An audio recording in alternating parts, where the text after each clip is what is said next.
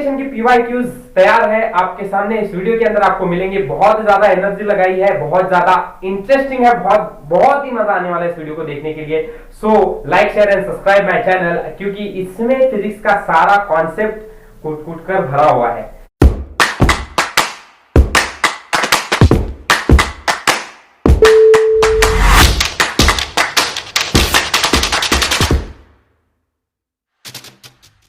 So hello everyone, this is Ujjwal और इस video के अंदर आ गए हैं ग्रेविटेशन के प्रीवियस ईयर क्वेश्चंस लेकर। एमएसटी में जो पूछे हुए क्वेश्चंस हैं 2021 के अंदर। इस वीडियो से पहले मैंने ग्रेविटेशन का वन शॉट वीडियो लेक्चर भी कराया, उस वीडियो को सही से देखिए, क्योंकि मैंने पहले भी बताया इस चैप्टर से मिनिमम 2 क्वेश्चंस तो आप एमएसटी में या दूसरे कोई भी कॉम्पिटिटिव एग्जाम्स में एक्सपेक्ट कर सकते हैं। तो बहुत ही ज्यादा इंपॉर्टेंट वीडियो इसका वन शॉट वीडियो लेक्चर वाला भी है, एंड सीईटी के लिए भी अब प्रीवियस ईयर क्वेश्चन भी हम देखेंगे। So let's start this video without wasting the further.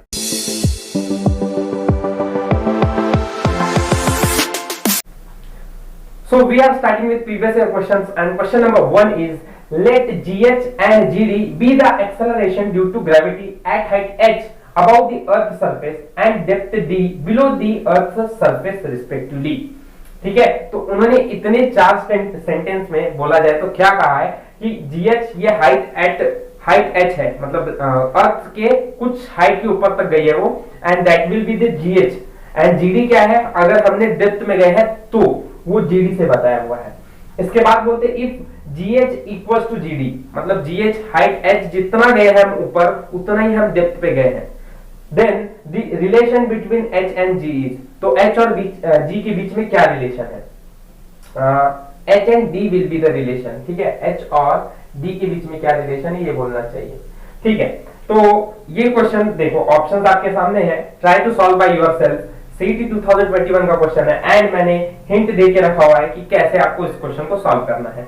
अपन क्या बोल रहे हैं कि values at variation of g at height h and depth d, कि हमने वैल्यूज को बताया था कि हाइट h पे अगर हम जाते हैं तो ग्रेविटी की वैल्यू जो होती है वो अलग हो जाती है, और अगर हम डेप्थ में जाते हैं तो उसकी वैल्यू अलग हो जाती है। वो मैंने पिछले वीडियो के अंदर बताया हुआ है, बहुत ही इस तरह से वन शॉट कवर किया है, तो उसको ध्यान से देखकर आना। ठीक है, चलो अब क्वेश्चन को सॉल्व करने की कोशिश करो, we will solve together then.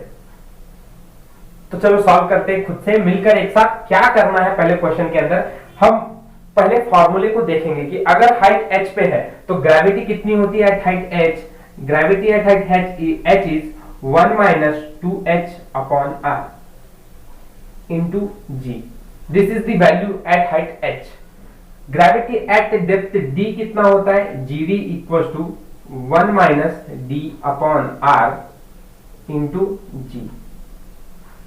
ठीक है, अभी उन्होंने हमको पूछा है कि इन दोनों के बीच में रिलेशन क्या है, अगर ये वैल्यू और ये वैल्यू दोनों सेम हो जाए, मतलब जितना हम हाइट h तक गए उतना ही डेप्थ तक जाएंगे, तो मैं ऐसा बोलूंगा कि ठीक है, gravity at height h will be gravity at depth d।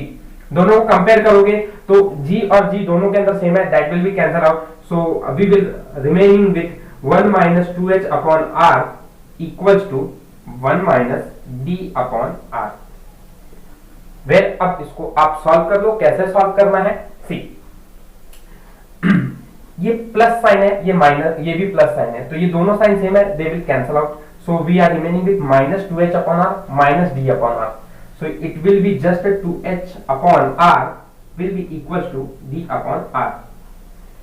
Now इसके बाद क्या करना है, ये दोनों वैल्यूज की हम वैल्यू को कंपेयर कर लेते हैं। देखो अगर देखा जाए तो r will cancel out, so we will remaining with 2h equals to d, and देखो अगर ऐसा ऑप्शन है क्या कि 2h इक्वल्स टू d वाला है, 2h equals to d, my option B.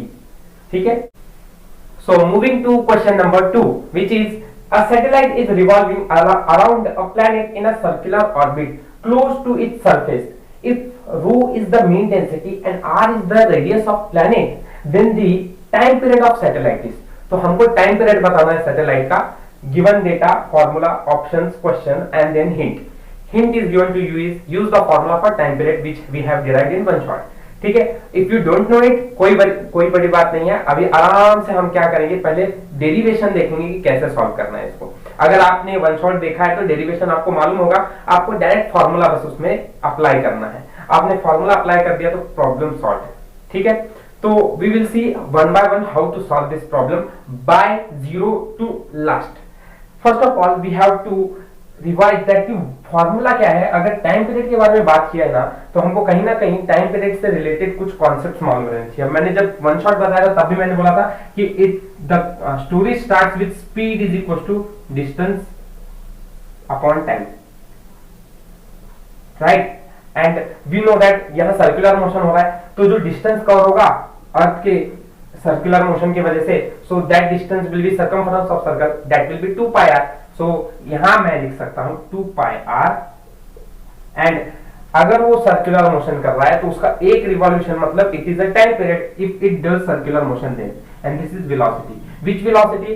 अगर सैटेलाइट के अंदर वो सैटेलाइट सर्कुलर मोशन कर रहा है तो he is in gravitational field, right. और ग्रेविटेशनल फील्ड के अंदर है, that means it is having the velocity of critical velocity, so therefore our speed will be critical velocity, right? And I am going to write the formula for time period. So time period का formula क्या होता है? T is equals to 2 pi r divided by vc, where we all know that what is vc? Critical velocity. So critical velocity का formula क्या होता है?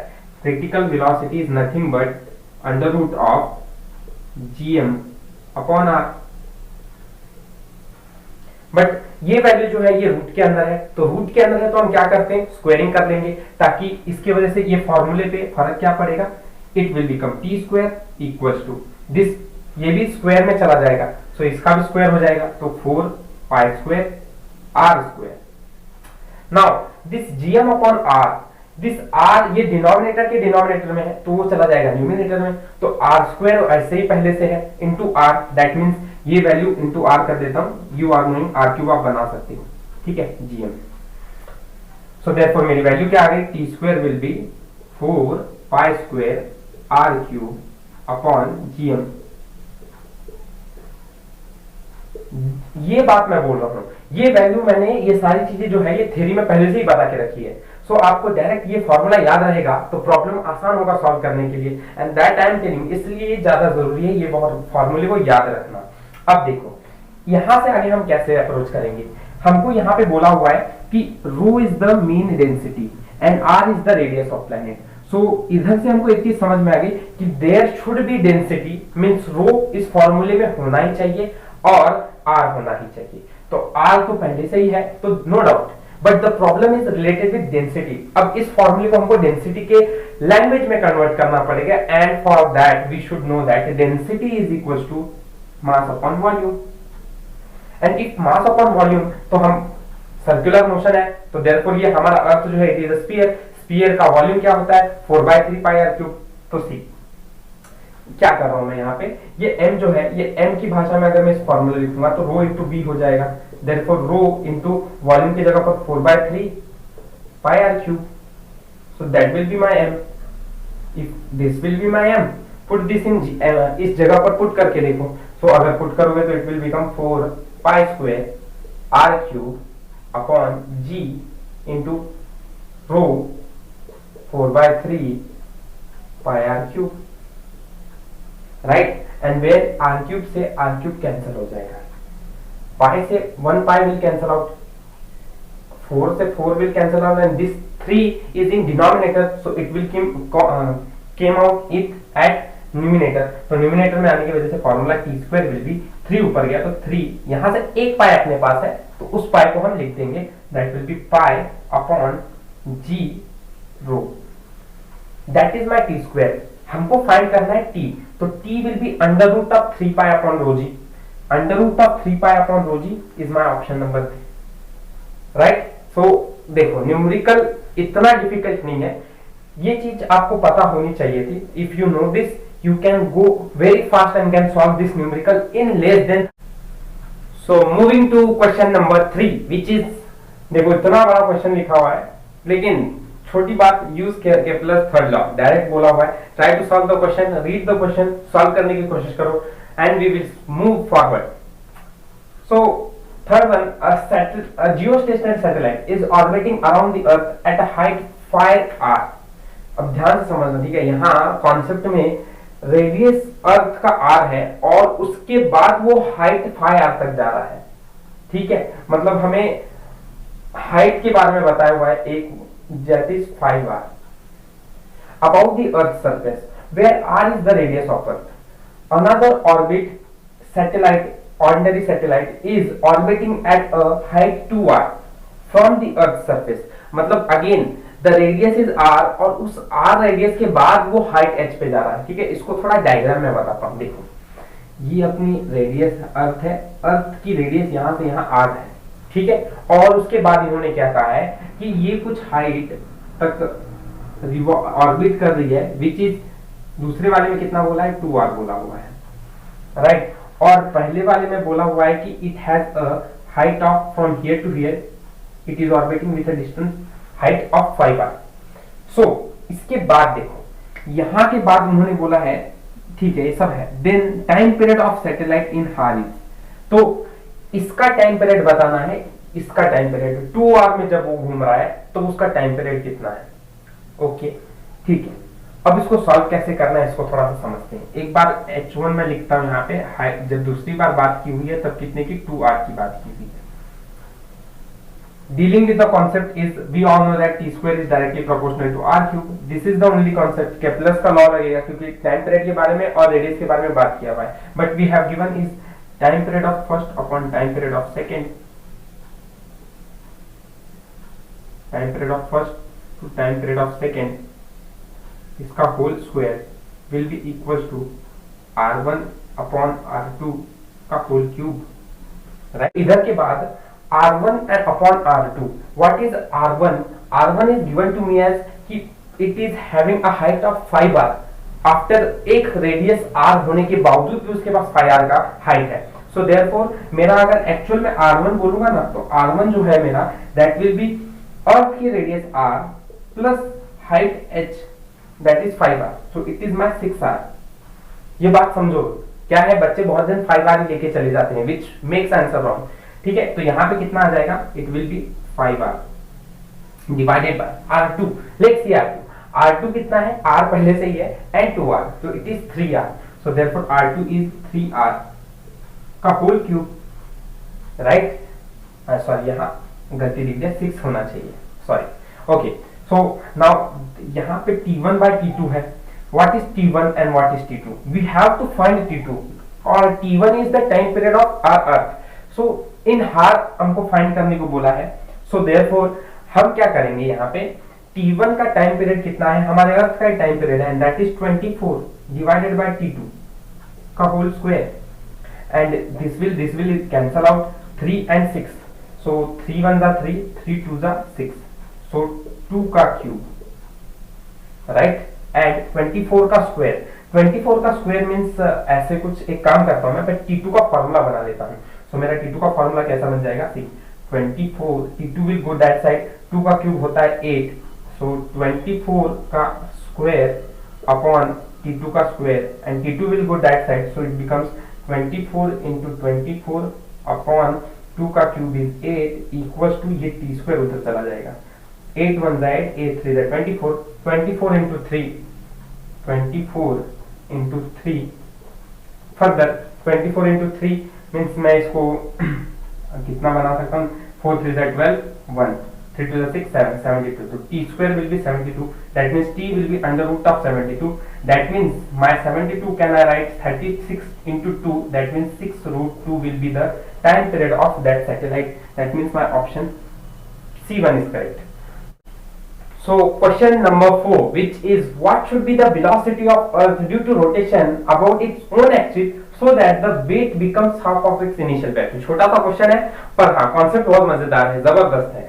Hint क्या दिया है मैंने कॉन्सेप्ट लगाने के लिए, variation in value of g का, variation in value of g at latitude पे क्या होता है, ये कॉन्सेप्ट हमको लगाना है, ठीक है। How we will solve, let's see it. So हम बोल रहे क्या है, what should be the velocity of earth due to rotation about its own axis so that the weight becomes, this point is the main one, so that the weight becomes half of its initial value. So if we consider that my weight is w, then after the rotation the weight will be w by 2. What will be the initial weight, w by 2, ठीक है। So velocity हमको find करने को बोली हुई है। Let's see the formula, how we are approaching towards it. What is the formula? G dash will be g minus r omega square cos square theta, ठीक है। अच्छा अभी कुछ लोग बोलोगे सर यही फॉर्मूला कैसे दिमाग में आएगा हमारे कि यही लगाने वाले हम। First of all see that कि रोटेशन का पॉइंट जो बोला हुआ है ना, ये रोटेशन वर्ड और वेलोसिटी, तो रोटेशन लगा रहा है ऑन एक्सिस का, रोटेशन लगाना ही मतलब इसकी लैटिट्यूड के बारे में बात कर रहे हैं इन लोग। सर ये तो रोटेशनल पे कॉन्सेप्ट बहुत सारे हैं, इसी पे आएंगे हम, क्योंकि वेलोसिटी और रोटेशन ये दोनों चीज एक ही तरह की है, ठीक है।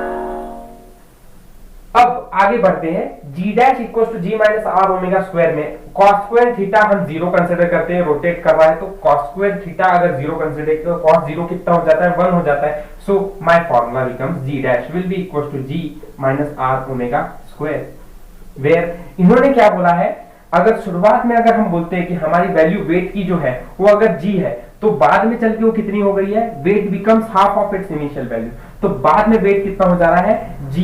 अब क्या है कि we all know that weight is equal to mg होता है। सो इस पे फर्क पड़ रहा है, तो ये अगर नहीं रहा तो this will be equal to this.